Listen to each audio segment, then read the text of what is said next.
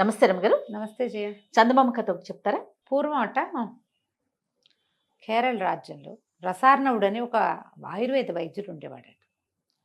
ఆయన చాలా కాలం గురు శుశ్రూష చేసి ఎన్నో గ్రంథాలు చదివి వైద్యం చేసేవారు. అమృతహస్తమే అయింది. ఆయన చేత్తో కుదరని జబ్బే లేదు. అద్భుతమైన వైద్యం చేసేవాడు. ఈ రసార్ణవుడి కుమారుడు సోమదత్తుడు. అతను కూడా ఆయుర్వేద వైద్యమే. సాధారణంగా అనుచానంగా వైద్యాలు వస్తూ ఉంటాయి. వంశపారంపర్యంగా చేస్తారు. అయితే ఏమైంది, కుర్రవాడు కూడా చేస్తుండేవాడు వైద్యం. ఈయనకి ఒకసారి ఏమనిపించిందంటే, నేను ఇంతకాలం గురు శుశ్రూష చేసి మా నాన్నగారి దగ్గర ఎన్నో తాళపత్రాలు ఉండి నేను ఎంతో భక్తి తత్పరతతోటి ఈ పని చేస్తున్నాను. అనుచానంగా వస్తుంది కాబట్టి నా కొడుక్కి కూడా వచ్చింది, కానీ నాలాగా వీడు చేయలేకపోతున్నాడు. నా అంత అనుభవం వీడికి రాలా. అందుకని ఏదైనా ఒక దైవ సహాయం లభించాలి. నాడి చూసి వైద్యాన్ని వీడి జబ్బు ఇదేని పసిగట్టగలగాలి. వాడి చేత్తో ఏది ఇచ్చినా తగ్గిపోవాలి. దీనికి ఏదైనా ఒక దైవ సహాయం తీసుకుందామని అనిపించింది.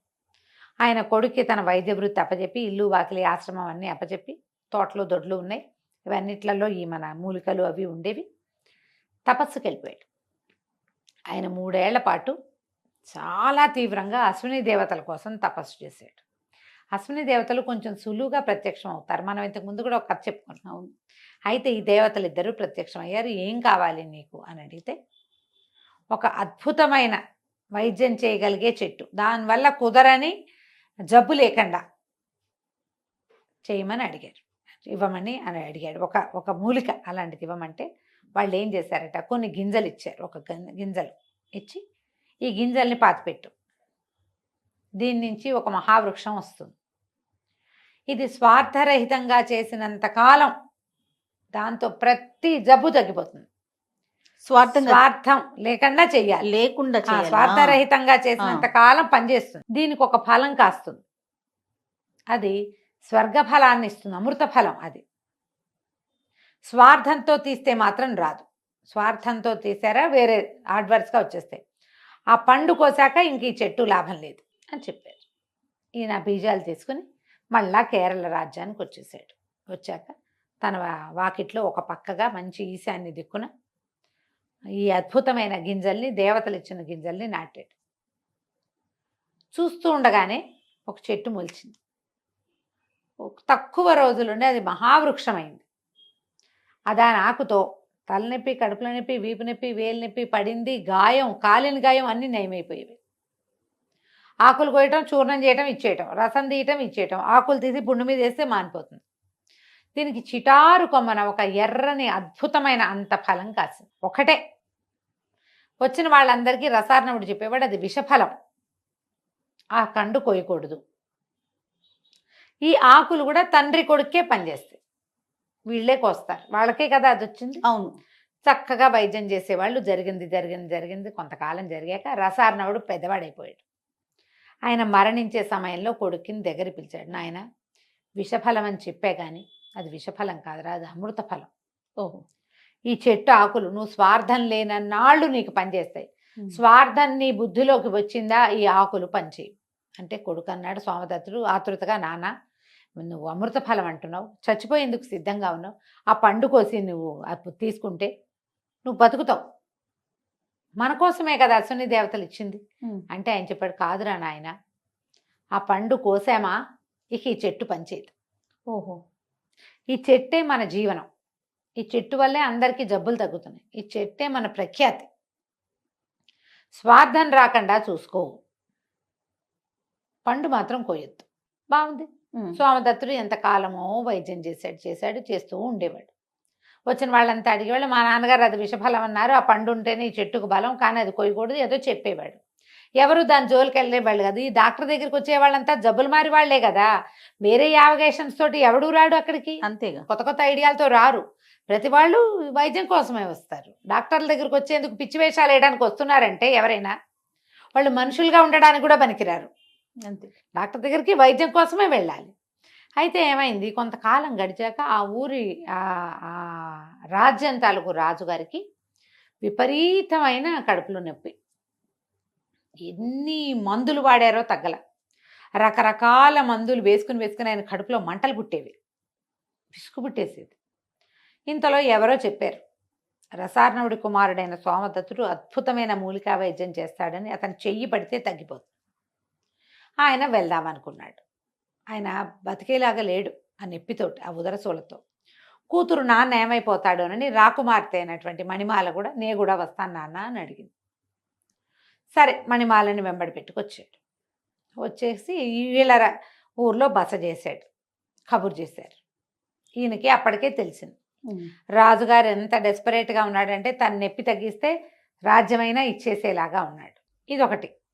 రెండో భర్త కూతుర్ని వెంట పెట్టుకొచ్చాడు. 20 సంవత్సరాల అమ్మాయి, ఎంత అందగత్తో, ఒక్కతే పిల్ల. ఆ పిల్లని చేసుకున్న వాడికే రాజ్యం వస్తుంది. ఈ సోమదత్తుడు నడి వయసు వచ్చేదాకా ఇతనికి స్వార్థం రాల, కానీ ఇప్పుడు వచ్చింది. ఇప్పటిదాకా ప్రతి వాళ్ళు ఏదో తృణమో పణమో పట్టుకొచ్చిస్తే వీళ్ళు హాయిగా గడిచిపోయేది, హాయిగా ఉండేవాళ్ళు. రాజకుమార్తె రాజ్యము రెండిటి మీద మనసైంది అతనికి. ఎవరిని చూడ్డానికి వెళ్ళినా 4 ఆకులు చేత్తో పుచ్చుకుని వెళ్ళేవాడు. ఒంటి మీద దద్దుర్లంటే ఆకులతో రాస్తే పోతుంది, కడుపులో నొప్పంటే ఇంత పొడి ఇంత దంచి వేస్తే పోతుంది. ఆకులు లేకుండా ఎప్పుడు వెళ్ళేవాడు కాదు. మొట్టమొదటిసారి ఆకులు తీసుకురాకుండా వెళ్ళాడు రాజుగారి దగ్గరికి. రాజును అడిగాడు, మా అయ్యా మీరు తగ్గితే మీరేమి ఇస్తారంటే, మీరు ఏది అడిగితే అది ఇస్తాను, మీకు ఏం కావాలో అడగండి, నా జబ్బు తగ్గించానంటే ఒక్క గడియలో పోగొడతా మీకు వచ్చిన సమస్యని. అసలు నిమిషాలే చాలు నాకు మీ జబ్బు పోగొట్టడానికంటే, మీరు ఏది అడిగినా సరేనన్నాడు. మీ అమ్మాయిని నాకు ఇచ్చి పెళ్లి చేయండి అన్నాడు సోమదత్తుడు. రాజు నిర్ఘాంతపోయాడు. 19-20 సంవత్సరాల పిల్ల, సుకుమారి. ఈయన చూస్తే నడి వయసువాడు, నల్లటివాడు, వంకర కాళ్ళవాడు, వైద్యుడు మీది మిక్కిలి. ఆయన వద్దనుకున్నాడు. ఏముంది, ఎట్టాగో చచ్చిన సిద్ధంగా ఉన్న, పోతే పోతా, పిల్లకి ఎవరో క్షత్రియుడు దొరుకుతాడు సరిపోతుంది అంటే, కూతురు ఒప్పుకోవాలి. కాదు నాన్న, నీ నొప్పి తగ్గి బాధ తగ్గి ఇంకా నీకు నడి వయసు వాడివే, ఇప్పుడే నువ్వు ఎందుకు మరణించాలి, నువ్వు వృద్ధుడివి కాదు, పోని చేస్తానని ఒప్పుకో. ఈయన మహామహిమాన్వితుడు, 100 మంది వైద్యులు కుదర్చలేని దాన్ని కుదురుస్తాడంటే మేధావి, మేధావితో వివాహం కూడా మంచిదే కదా నాన్న అని బతిమలాడింది. అయితే మంత్రి గారు ఏమన్నాడు, ఒకవేళ కుదరకపోతే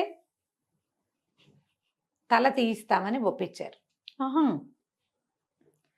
కూతురు కూడా అదే చెప్పింది, మీకు వైద్యం కుదరకపోతే ఈయన్ని సంహరించటమే, కుదిరిందా పెళ్లి చేసుకుంటా.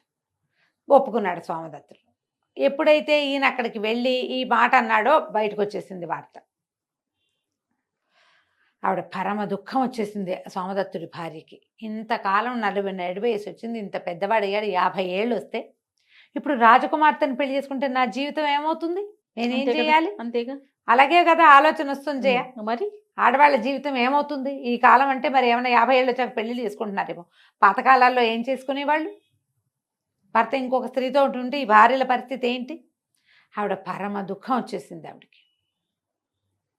సరే ఈయన ఇంటికి వెళ్ళి చెట్టు నుంచి 4 ఆకులు కోసుకొని చెట్టుకో దండం పెట్టి రాజుగారి దగ్గరికి వెళ్ళాడు. ఆయనకి ఏం తెలుసు అంటే, ఏదైనా సరే ఆకులతో రాస్తే పుళ్ళు మాంతాయి, దెబ్బలు మాంతాయి, కాలిన గాయాలు మాంతాయి, వాపులు తగ్గిపోతాయి. ఎంతలా పుండైనా అందులో పురుగుంటే పురుగుడు బయటపడిపోవాల్సిందే. లోపలికి ఇస్తే కడుపులో నొప్పి, ఎంత లావు నొప్పి అయినా, తలనొప్పి అయినా, వీపు నొప్పి అయినా, ఏ నొప్పి అయినా తగ్గిపోవాల్సిందే. ఆకులు కల్మంలో వేసి నూరించాడు. ఆయనకి ఇంత రసం తీసి ఇచ్చాడు. రసం తీసి ఇచ్చిన 5వ నిమిషానికి డాక్టర్కి రాజుగారు కింద పడి దొర్లిగింతలు పెట్టడం మొదలుపెట్టాడు. కడుపులో మండిపోతోంది, విపరీతమైన నొప్పి, ఈ బాధ భరించలేకుండా ఉన్నానంటే అందరూ నిర్ఘాంతపోయారు. ఈ సోమదత్తుడు వెనకాల చాలామంది వచ్చారు. వాళ్ళందరికీ తెలుసు సోమదత్తుడి చేత్తో, ఎడం చేత్తో ఆకు రసం ఇచ్చినా తగ్గిపోవటమే. రాజు ఎందుకు అలా అయిపోయాడో తెలియలా. సోమదత్తుడు కూడా అర్థం కాల. ఇప్పటిదాకా ఎప్పుడు తన తండ్రి ఆ గింజలు తెచ్చిన రోజు నుంచి ఈ రోజు దాకా ఈ 30 సంవత్సరాలు 30 సంవత్సరాలు ఆయన ఫెయిల్ అయిందే లేదు. వీళ్ళు ఏమన్నారు, ఏమిటి వైద్యశేఖర కత్తికి రెడీగా ఉన్నారా అని అడిగితే, నన్ను ఒక్కసారి ఇంటికి వెళ్ళి చూసి రానివ్వండి అన్నాడు. ఈయన ఇంటికి వెళ్ళేసరికి చెట్టు బోసిగా ఉంది, ఆ కాయ లేదు. విషఫలం కదా అది. ఇంట్లోకి వెళ్ళాడు. దుఃఖంతో అయిపోయింది. ఎందుకంటే ఎప్పుడైతే ఆ చెట్టు కాయ కోయబడిందో ఈ ఆకులకి మహత్యం తగ్గిపోయింది, మహత్తు. ఈ ఆకులు రాజుగారికి ఇస్తే రాజుగారికి ఏం పని చేయలే. ఆకుల వల్ల, చెట్ల మందు వల్ల కడుపులో మంట వచ్చింది ఆయనకి. ఇప్పుడు ఏం చేయటం? లోపలికి వెళ్ళేసరికి అలా బాకెట్లో ఎక్కించి గుమ్మంలో కడుగు పెడతారు. కాగితం కనపడింది. కాగితంలో రాసింది, మీ జీవితానికి నేను అడ్డంకి కాదల్చలేదు. రాజకుమార్తెను పెండ్లాడి హాయిగా ఉండండి. విషఫలం తిని మరణిస్తున్నాను అని రాసింది. ఈ విషఫలం ఎవరు కోసారు? భార్య కోసింది. ఈయనేమో స్వార్థంతో మందిచ్చాడు. ముందే స్వార్థంతో మందిచ్చినందుకు అక్కడ పనిచేయలే. ఫలం కోయబడింది, ఇంకా ఎప్పటికీ ఆ మందు ఆ చెట్టు పనిచేయదు. అంతేగా, 2 విధాలా నష్టపోయాడు. ఇటు భార్యను కోల్పోయాడు. పరమ దుఃఖంతో నెత్తి మీద చేతులు పెట్టుకున్నాడు. భటులు వచ్చేసారు. నువ్వు ఇంకేదైనా వైద్యం చేస్తావా, చంపేయమన్నావా అని లాక్కుపోయారు. లేకపోతే రాజుగారు గోడును విలపిస్తున్నాడు. నొప్పి రాకుమార్తె ఏడ్చేస్తుంది. మంత్రివర్యులంతా నెత్తి మీద చేతులు పెట్టుకుని ఉన్నారు. ఈయనకి కత్తి తెగటార్చటానికి నుంచునుంటే ఆకాశంలో నుంచి ఒక అశరీరవాణి వినపడింది. నా భర్తని క్షమించండి, అతను మొత్తం జీవితంలో మొట్టమొదటిసారి స్వార్థానికి లోనయ్యి పొరపాటు చేశాడు అని ఆకాశం నుంచి ఒక మూలిక కింద పడింది. ఈ మూలిక రసం తీసి రాజుగారికి ఇవ్వండి, రాజు స్వస్థుడవుతాడు. నా భర్తని శిక్షించకండి అని మాయమైపోయింది. ఆ మూలిక రంగరించి సోమదత్తుడే ఇచ్చాడు ఆయనకి. మూలిక వేసుకున్న కాసేపటికి రాజుగారికి కొత్త మంట పాత నొప్పి 2 పోయినాయి. స్వస్థుడైపోయాడు. ఆయన రాజకుమార్తెను తీసుకెళ్ళిపోయాడు. సోమదత్తుడు ఇంకా జీవితంలో వైద్యం చేయలే. విషఫలం అంటే అదేదో విషం కాదు, స్వార్థమే విషం. అంతే. నువ్వు ఎప్పుడైతే సెల్ఫిష్గా మారేవో అయిపోయింది అంతే. కథ కంచికి మనం ఇంటికి. చాలా చాలా బాగుంది. నమస్తే. నమస్తే జయ.